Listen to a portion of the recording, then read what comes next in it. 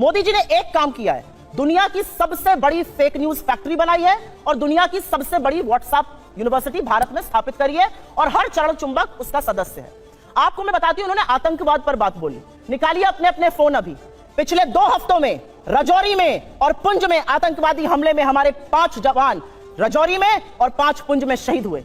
इस देश के प्रधानमंत्री के पास एक क्रिकेटर की उंगली टूट जाने पर ट्वीट करने का वक्त है, लेकिन एक वक्तव्य इस देश के गृह मंत्री का, इस देश के प्रधानमंत्री का हमारे 10 जाबाजों की शहादत पर नहीं आता। आपको क्या लगता है, आप आतंकवाद को स्वीकारेंगे नहीं, एक्सेप्ट नहीं करेंगे कि हमारे जाबाजों की शहादत हुई है तो वो बंद हो जाएगा? उन परिवारों से पूछिए, क्या उनको सम्मान और श्रद्धांजलि इस देश के प्रधानमंत्री को नहीं देनी चाहिए? आप मौन क्यों हैं? 10 जाबाजों की शहादत हुई है पिछले 2 हफ्तों में, 20 जाबाजों की शहादत हुई चीन में, वहां पे गलबैया कर रहे हैं, झूला झूल रहे हैं चीन के साथ, साबरमती में बैठकर शहनाई सुन रहे हैं। ये बात करेंगे चीन पर? 18 बार प्रधानमंत्री चीन में गए, भगवान जाने क्या चीन से रिश्ता है, वो चीन का नाम लेने में कतराते हैं। क्यों डरते हैं हमारे प्रधानमंत्री चीन का नाम लेने में? यह सवाल मैं पूछती हूं, यह सवाल देश पूछता है। 20 जाबाजों की शहादत हुई है। इन्होंने कुछ बातें बोली और उन बातों को बोलने से पहले मैं एक महिला हूं, आधी आबादी की बात कर लेते हैं। यहां से मुश्किल से 10 या 15 किलोमीटर दूर पर इस देश की सबसे डेकोरेटेड, सबसे सम्मानित वो लड़कियां जिन्होंने बड़े बड़ों को पटखनी देके हम सबके सीने गर्व से चौड़े किए हैं, 1 महीने से बैठी हैं और यौन शोषण का आरोप आपके सांसद पर लगा रही हैं। आपके मुंह से एक शब्द नहीं फूटता है, एक शब्द नहीं निकलता है, मोदी जी के मुंह से एक शब्द नहीं निकलता है, अमित शाह के मुंह से। क्या ऐसी आपकी फंसी है ब्रजभूषण शरण सिंह से कि आप नहीं बोलते हैं? यह सवाल मैं एक महिला होने के नाते पूछती हूं, मैं एक महिला होने के नाते पूछती हूं। बिल्किस बानो के अपराधियों को किसने रिहा किया? क्योंकि वो मुसलमान थी तो आप बोलेंगे नहीं? अंकिता ठाकुर का जिसने कत्ल किया, जिसने उसको जिस्म फरोशी में ढकेला, वो आपके विधायक का बेटा था। आप क्यों चुप है? आपने वहां पर इमारत ही गिरा दी कि सबूत ही ना मिले।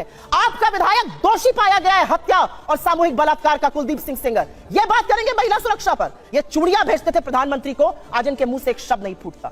महिलाएं इस देश की पूछ रही हैं और आपको भी पूछना चाहिए, क्यों चुप है मोदी सरकार जब हमारी बेटियां जंतर मंतर पर 1 महीने से बैठी हैं? उन लड़कियों के आंसू देखकर, और आज की खबर फिर से मैं कोट कर रही हूं, एक समर कैंप होता था साक्षी मलिक बनने के लिए, तमाम लड़कियां वहां पर आवेदन देती थी। आज की स्थिति यह है कि बलात्कार और यौन शोषण की खबरों के बाद एक एप्लीकेशन नहीं आई है। यह इस देश की बेटियों के साथ ये कर रहे हैं, ये हमें पाठ पढ़ाएंगे।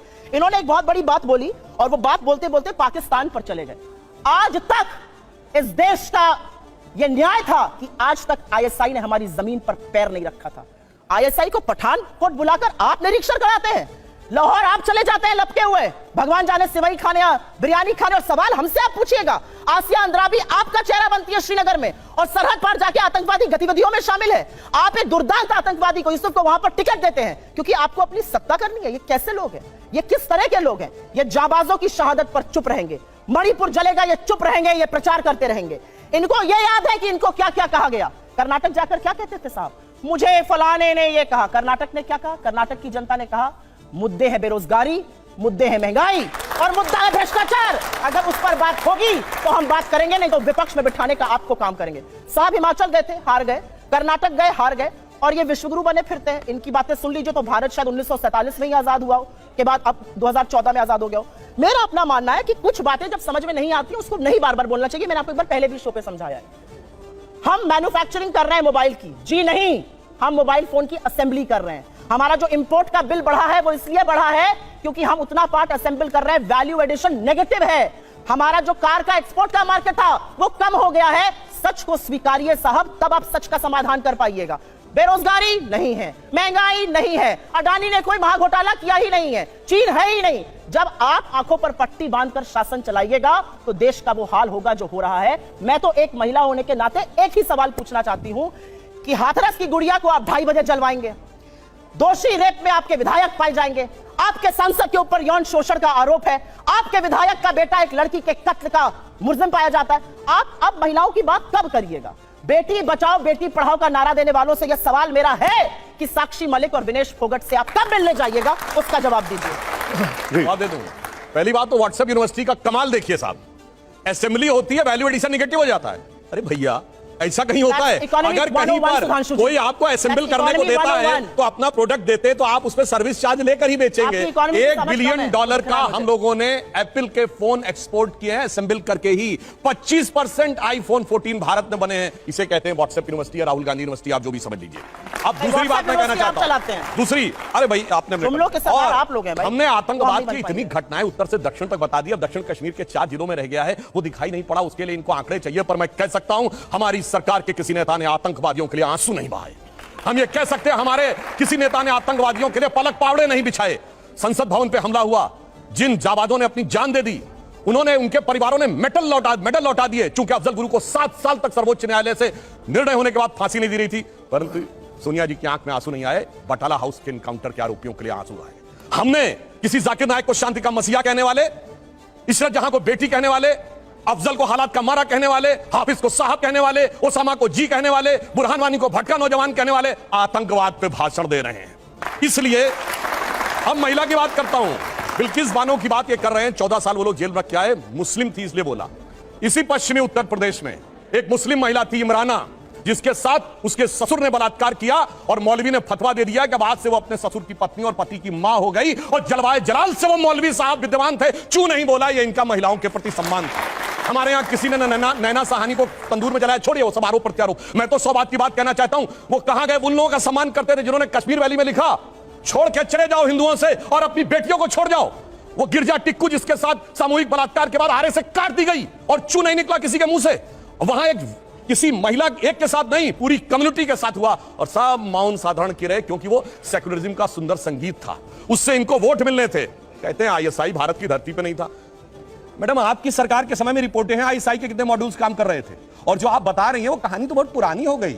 उसके बाद तो जो ठुकाई हुई कहां, उरी में, जो कुछ हुआ बालाकोट में, उसके बाद Imran Khan as prime minister of Pakistan बोले पाकिस्तान की नेशनल असेंबली में, जो हिंदुस्तान ने किया है बालाकोट में उससे ज्यादा कुछ खौफनाक ये लोग करना चाह रहे हैं।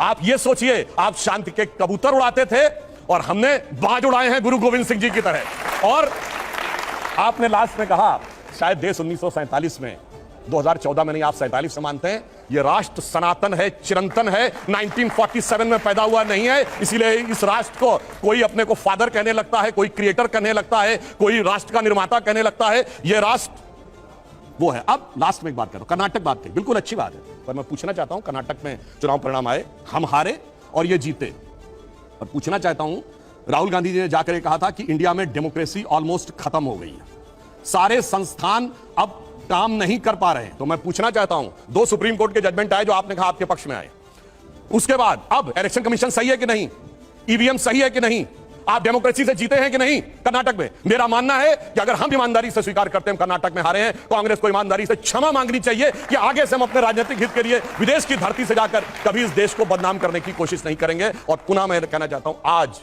मैं विनम्रता से और चुनौती से पूछता हूं, G7 कंट्रीज और G20 कंट्रीज में एक देश बताएं जहां महंगाई की दर हमसे ज्यादा हो और विकास की दर हमसे कम हो। हम दुनिया में सबसे बेहतर स्थिति। अब आता हूं गलवान पे। गलवान में हमारे 20 सैनिक बलिदान हुए हैंड टू हैंड फाइट में। देखिए चीन पे इनको कितना भरोसा है। आप प्रैक्टिकली सोचिए, गोली नहीं चली, हाथ की लड़ाई में 20 लोग मारे गए, उधर से एक को घायल नहीं हुआ। ये होती है व्हाट्सएप यूनिवर्सिटी या राहुल गांधी से प्रेरित बुद्धि। ऐसा हो सकता है क्या? इंटरनेशनल मीडिया ने बताया कि 60 के करीब उनके सैनिक मारे गए, उसने एक घायल की भी सूची नहीं जारी की, पर चाइना के डाटा पे भरोसा है और भारत की सेना पे भरोसा नहीं है। और अगर मैं पूछूं, जो हमारे जवान वहां बलिदान हुए थे वो किस रेजिमेंट के थे पता है आपको? बिहार रेजिमेंट। बिहार रेजिमेंट का युद्ध उद्घोष जानते क्या है? बहुत घनघोर सांप्रदायिक लगेगा आपको।